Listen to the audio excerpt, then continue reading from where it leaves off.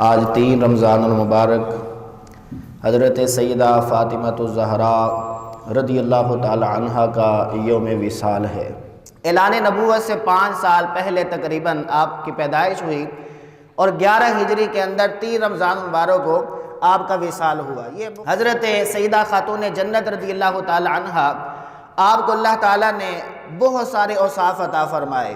عبادت کے اندر بھی آپ بے مثال ہیں، سخاوت کے اندر بھی بے مثال ہیں، اور شرم و حیا کے اندر بھی آپ بے مثال ہیں۔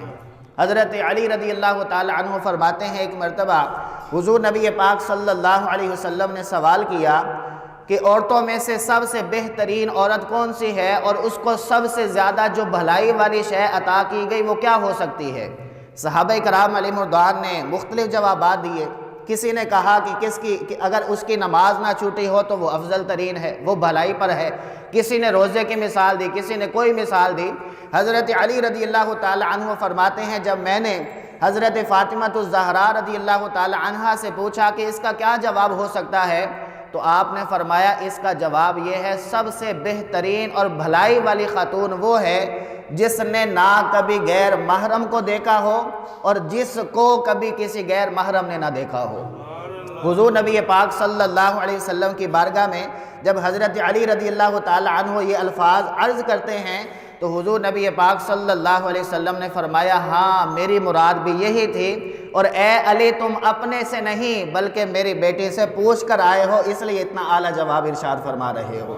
تو پتہ چلا اللہ تعالیٰ نے آپ کو علم بھی عطا فرمایا اور شرم و حیا کے بھی آپ پیکر تھیں، بلکہ آپ نے تو اپنے جنازے کے حوالے سے بھی فرمایا تھا کہ اس انداز سے لے کر جایا جائے کہ میرے چارپائی پر بھی کسی غیر محرم کی نظر نہ پڑے، اور بروز حشر جب آپ کا گزر ہوگا تو اہل محشر کو یہ حکم دیا جائے گا کہ اے محشر والو اپنی نگاہوں کو جھکا لو، امام الانبیاء صلی اللہ علیہ وسلم کی لخت جگر کا گزر ہونے والا ہے۔ اتنی اعلیٰ شان ہے آپ کی۔ سخاوت کے اعتبار سے اگر دیکھا جائے تو حضور نبی پاک صلی اللہ علیہ وسلم کی سیرت سے سیکھ کر آپ کے اندر بھی سخاوت کا وہ جذبہ تھا کہ ایک مرتبہ آپ نے 3 روزے رکھے منت کے اعتبار سے۔ آپ کے بیٹے بیمار تھے، آپ نے منت مانی کہ اللہ تعالیٰ ان کو شفا یابی عطا فرمائے، تو میں 3 روزے رکھوں گی۔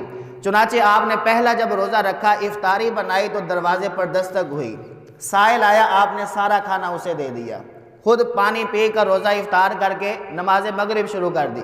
دوسرے دن بھی ایسا ہی ہوا، تیسرے دن بھی ایسا ہوا کہ سائل آیا، ساری افطاری آپ نے اس کو تقسیم کر دی۔ تیسرے دن جب آپ مصلی پر نماز پڑھ رہی ہیں تو نبی پاک صلی اللہ علیہ وسلم تشریف لائے، دیکھا کہ میری بیٹی کا جسم کانپ رہا ہے۔ حضور نبی پاک صلی اللہ علیہ وسلم نے فرمایا کہ اے فاطمہ کیا ہوا؟ عرض کرتی ہیں، یا رسول اللہ صلی اللہ علیہ وسلم بیٹی جو آپ کی ہوں، آپ کی سیرت کو دیکھ کر میں نے بھی سیرت کو اپنایا ہے، 3 دن سے میں روزے سے ہوں، جب بھی سائل آتا ہے میں سارا کھانا اسے پیش کر دیتی ہوں۔ حضور نبی پاک صلی اللہ علیہ وسلم نے فرمایا، اسی لیے تو اللہ تعالیٰ نے تمہیں ساری جنتی عورتوں کا سردار بنا دیا ہے۔ حضور نبی پاک صلی اللہ علیہ وسلم کی اس لخت جگر کا تیسرا وصف عبادت کے حوالے سے بھی بے مثال ہے۔ حضرت امام حسن رضی اللہ تعالی عنہ فرماتے ہیں کہ میں نے جب بھی رات کو آنکھ کھول کر دیکھا، میری والدہ مصلی پر کھڑی ہوا کرتی تھی، کبھی نماز کی حالت میں قیام کر رہی ہیں، کبھی آپ سجدے کی حالت میں ہیں، اور کبھی آپ رکوع کی حالت میں ہیں، اور اکثر آپ سجدے میں ہوا کرتی تھی کہ مؤذن فجر کی اذان دے دیا کرتا تھا، اور آپ یہ عرض کیا کرتی تھی، اے باری تعالیٰ تو نے راتوں کو اتنا چھوٹا بنایا ہے کہ تیری بندے کا ابھی ایک سجدہ بھی پورا نہیں ہوتا کہ تیری رات ختم ہو جاتی ہے۔ یہ ان کا مقام ہے عبادت کے حوالے سے کہ ساری رات عبادت کیا کرتی، سارا دن روزہ رکھا کرتی۔ لیکن آج ہم بھی ان کی سیرت کو اپنائیں، آج ہم بھی غور کریں کہ ہم عبادت کے اندر کتنا وقت دے رہے ہیں۔ اب تو یہ موسم عبادت کا ہے، ماہ رمضان ہے ہی عبادت والا مہینہ، اگر اس مہینے میں بھی ہم غفلت کر رہے ہیں تو پھر ہمیں اپنے آپ کے بارے میں سوچنا ہوگا۔ نماز تراویح ہر شخص پڑھتا ہے، کوشش کرتا ہے، لیکن بعض کو شیطان وسوسہ ڈالتا ہے، نماز تراویح ادا نہیں کرتے، بعض آتے ہیں لیکن 8 پڑھ کے نکل جاتے ہیں۔